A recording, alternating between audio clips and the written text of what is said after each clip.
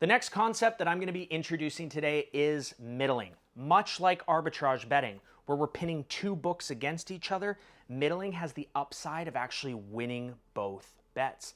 I personally don't like arbitrage betting because although it ensures a profit, you can't win all your bets. Whereas with a middle, like the example I'm going to give you here, where you have Team A on one sports book at -4.5, and in that same game, Team B at +6.5. If it lands on 5 or 6, we actually won both bets. Now the difference with middling is we don't ensure a profit. We're actually taking the risk of the juice that we have to pay to take that middle. So in this same example, if we had -110 on both sides of the bet and we laid the juice for $110 on both sides, we actually risked $220. And if we didn't get that optimal outcome of the game landing on 5 or 6, then we return $210. But the real upside here is we only ended up risking that juice for that big upside of hitting both the bets. Now, there's actually 3 ways that you can structure your middles. The first is going to be the example I just gave where we're paying for juice. The second is when we identify free middles, much like arbitrage betting, where the sum of the American odds is 0 or greater, where it didn't cost us any money to take the middle. And the third is going to be an arbitrage middle, where regardless of whether it lands on that sweet spot in the middle, we still turn a profit. Let's check it out. All right, let's put the betting calculators away here and actually dive into some real examples. Whether you're middling or arbitrage betting, you need to have multiple sports books open. And in this case, we have identified a middle in an NFL first half where the Chargers are playing the Houston Texans. On the Pinnacle side, I have -6.5 at odds of 1.99. And on the other sports book that I'm using, there's odds of 1.925, but on a spread of +8.5. This means that if the first half ends where the Chargers win by 7 or 8 points, I will have won both bets. And the important part of this with football is that 7 is actually a key number that is highly probable for any team to land on at the end of the half or at the end of a game. Now, in this case, it is not free. I have to pay juice, but this is a cheap middle for the circumstances that I am being faced with. So in this particular example, it's one that I would go ahead and pull the trigger on. You can lay the juice on both sides. You can bet equal amounts on both sides. That is up to you. What's nice about Pinnacle is the max wager is displayed.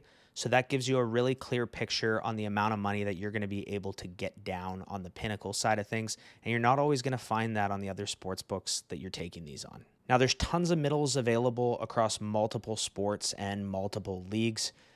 But I recommend starting with basketball because sports like American football do require key numbers, whereas with basketball in general, as long as you have a 1.5+ point middle that doesn't cost you a lot of money in juice, then you can go ahead and take that provided there isn't a lot of time left in the game or the quarter, the half, whatever it is that you're betting on. Now, I want to give you guys a quick example here of what these middles can look like. 234 at Pinnacle here in this game. And watch how fast the line moves. Moves from -118 to -130, just like that. But the reason why is because Pinnacle has the line at 234 flat, and other books had it at 236.5. So you have a 2.5 point middle in this case with 8 minutes and 49 seconds left in a game on a timeout. So if you don't act quickly, you are not going to get in. Let's look at a couple examples where we actually do take some bets now. All right, guys, I have a couple of screen recordings from when I identified a middle here in some Brazil basketball. On one of my books, I had a +4.5 at -118.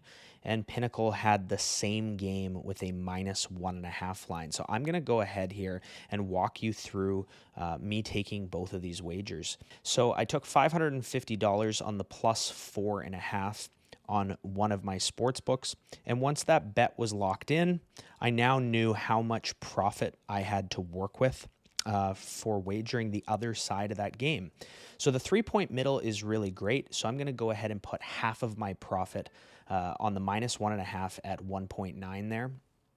the odds are changing because other people are doing the same thing, but I'm going to put the other half of the wager on an alternate line here at 2.12 or plus 112 to pay as little juice as possible. And as you can see, I didn't get the plus 112. I end up spinning in here at plus 108 because, like I said, other people are wagering these.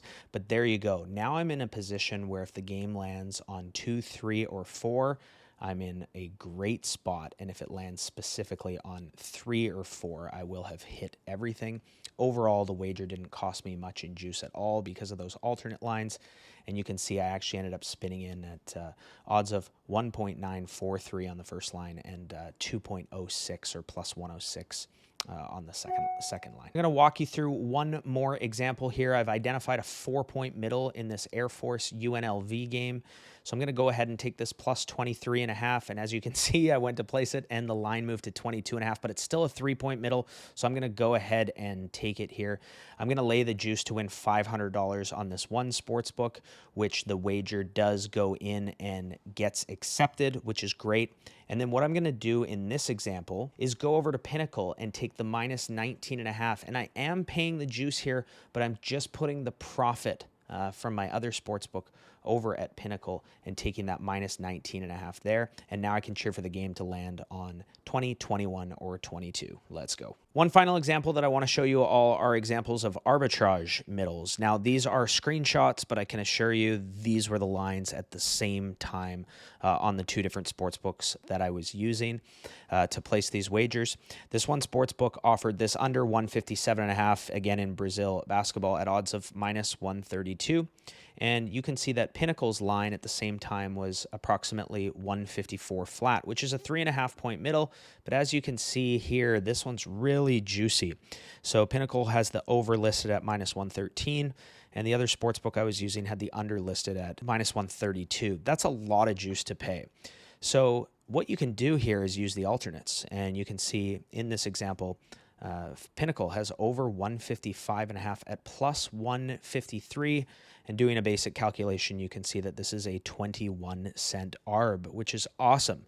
So if it lands on 156 or 157, you win both bets. And if one of the two wagers loses, you still return to profit because of that 21-cent arb. And in this example, I kind of used Pinnacle as my North Star and just went ahead and uncovered that under 157.5, which came through and won for me. So the free middles are going to be less common than the juicier middles, and the arbitrage middles are going to be even less common than the free ones, but they do appear, and they are great ways for you to be able to wager and grow your bankroll. Much like arbitrage betting, there are risks of taking middles live, but it's also great evidence of the discrepancies that can exist and the potential expected value that you can see from live betting. It isn't uncommon to see 3, 4, even sometimes 5-point middles that can run in basketball games when the algorithms don't go the way that the games actually intended them to. With those risks, I really recommend that you take all of your middles at timeouts, at commercial breaks, during an injury, whatever the case may be, so that you don't have moving lines that end up flipping you upside down. Whether it's arbitrage betting or middling, slide those strategies into your back pocket.